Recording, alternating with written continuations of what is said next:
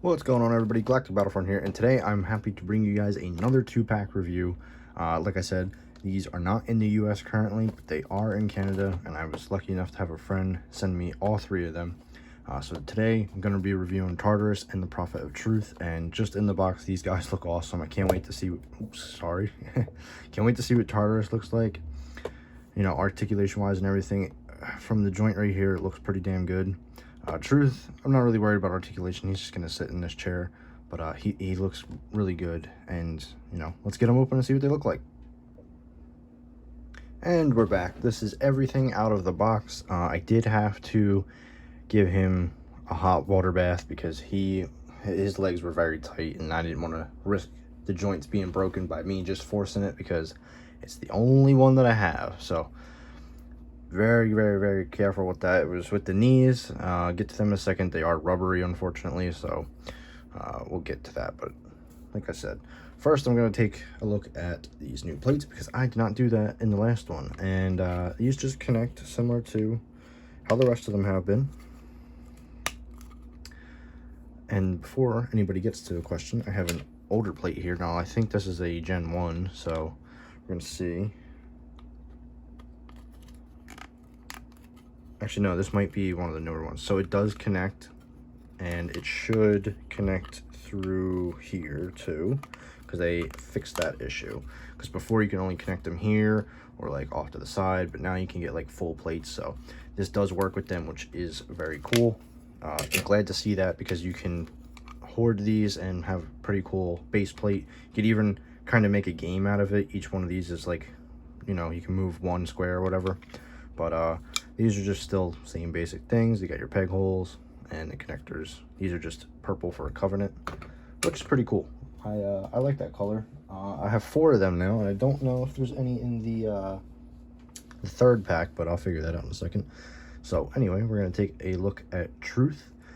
I'm going to go over articulation with him. There's not much, just because, well, he don't do much, but I had to look up how to set up this chair because I didn't know. It was confusing me a little bit, but then I seen this piece, and right there, and I was like, that's where it goes. But yeah, this is a separate piece. So this is like his stand.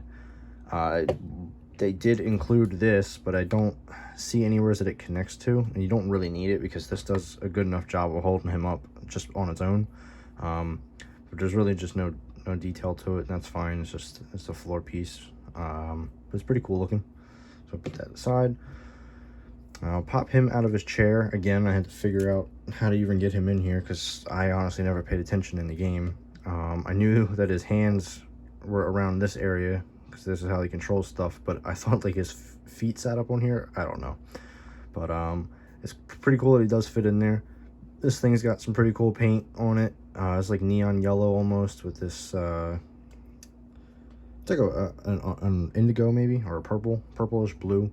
But this doesn't move anywheres, and it's sort of soft plastic, but you can't really bend it anywheres.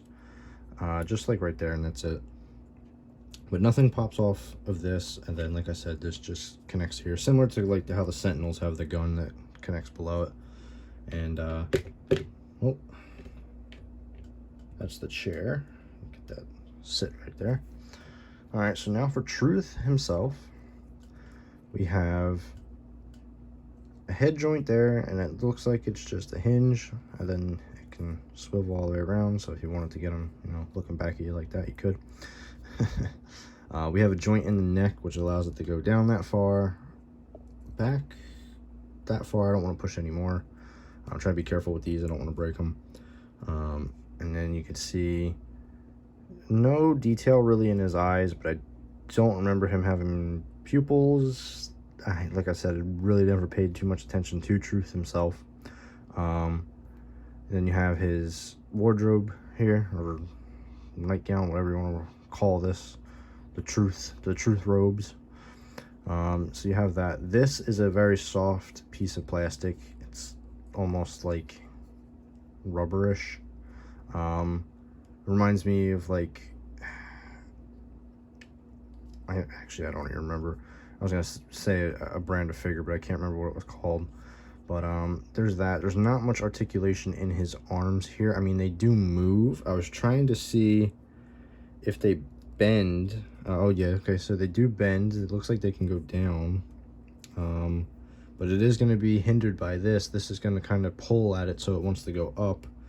And that's about as far as it's going to go down anyway. So it's not like it really matters too much for him because he's going to be in a chair. I mean, he's not going to be walking around. So, you know, you kind of probably going to keep his arms in this pose right here. He does have, his hands have a wrist peg here. Or a hinge, sorry, excuse me. And that's about it. They do move up and down, and I think there's an elbow joint in there. Yes, there is. So you can see there's an elbow joint in there, so if you wanted to have them cross over again. But again, it's hindered by this. So, but like I said, it's no big deal. He's pretty much just going to sit in the chair for me and just look cool. His feet, they don't have any articulation, and they're rubbery or soft plastic, so you can, I guess, get him to hang upside down if you wanted to, something like this. He does have a waist joint, and that is about it. This does pop off, and this is what it looks like, just so you can see that. So there's not too much movement there. He's got a little bit that way, a little bit that way, nothing forward, and just that much back. So not a whole lot of articulation for him, but like I said, it's fine. He's sitting in this chair. So if you do happen to get lucky and get this set, this is how you're going to put him in here, just like this. And then you just kind of want to position his arms a little bit. This is where you can kind of bend them so you can get him to hold the chair a lot better, or make it look like he's controlling it at least. You know, if I spend more time with it, I could probably get this hand a little bit better, but this is good enough. Oh, sorry, Tartarus. Anyway, this is the one that I was really after in this set, because Tartarus is awesome. He's one of my favorite enemies or villains, whatever you want to refer to him as, and this guy just looks awesome. Look at this. I think a gray, like a dark gray wash similar to this, but maybe a little bit darker on this hair here would really make this figure pop. I don't know if I'm going to do that because it's the only one that I have. I usually will weather a figure or customize it if I have two. And like a brown wash on here would go a long way too, and then black wash on these various parts here, like the armor bits, especially this hammer. The hammer could use a repaint, but out of the box it's good, it's passable for actually I don't remember, I think this is $20 or $30. It was Canadian, so I would have to convert. Maybe I'll put it in the description below. But yeah, the articulation on this compared to the brutes that we have gotten is so much better in the arms. You can actually get it to 90 or almost 90 for the brute, which, let me grab the other one. And when you compare this to a first generation brute, that is how far it's going to bend. So we've come a very long way with brutes, and I am happy because when the Halo 3 brutes get released, we should have the best articulation you should see with them. I'm okay with this being like this here. It is a little weird looking. It's like he's got like pants on or whatever, but you know, it's fine. I think if there was a bit more detail in here with the hair, it wouldn't stand out so bad. It's just it's there, you know. The color of it looks like it might be off just a little bit too. So I think if it matched and it had just a little bit more detail in there, you wouldn't really notice that at all. But anyway, we're gonna take a look at his hammer. I don't know if it's supposed to be bent like this. I'm not 100% sure on that. If it is, it's fine. If not, I'll fix it with some hot water and cold water or a hair dryer. But you have magnets up here, which are painted in like a gold yellow color. And then you have the hammer itself, it's all one piece, which is this color. And then you have the leather straps that he would have wrapped around it, and they're just a sandy brown color, I guess. And that's really this piece. I guess if you wanted to attach this to something down here, you could, but nothing much going on here. It would be cool if we get spark at some point. Somebody can Dremel this out a little bit, put a magnet in here, put a magnet in spark, and have him, you know, do that. Or you can put a magnet in there and just have him grapple things that he wants to get. And it's whatever you want to do. That's the great part about customizing. So anyway, we're gonna go over Tartarus here and get him as close as I can before the camera loses focus. And then let me fix my lights, that way you can see him much better. All right, so we have a very nice amount of detail here. You can see his teeth, you can see his red eyes, and they look awesome. He also has the mohawk, which is one of my favorite features of Tartarus, and most brutes kind of have that going on, especially in Halo 3. So it's one of the cool things. Brutes in Halo 2, you know, they were animals, man. They would come at you, and when you seen them charging you, you had to run and find either high ground or some good cover, because they were going to get you, especially on Legendary. But yeah, so we have that. I'm going to go over articulation here, so you can get the full 360 if you wanted to. That's about as far back as you're going to get, and then you want to go down just about that far. So he's got enough to look down, and he's got enough to look straight on. Can't really look up, but that's okay. Really no bend in the torso at all. I think it's because of this piece right here that's hindering it, because if you kind of push it, you can feel it, but I would have to pop that off to see, and I don't want to break him because he was already fragile, sort of fragile out of the box with the knees, so I don't want to push that joint too much. But he has a molded armor piece here. This collar is molded, does not move, and then this is loose, so you can move this around. This is like a satchel, and you can see that that goes all the way around. There is no place to attach his hammer, unfortunately. I thought that that would have been pretty cool. You know, you can just have it be on his back like this. Sorry about that. But there's no way to attach it. I'm sure somebody will make something. Then you have this shoulder piece here, which is an elite head.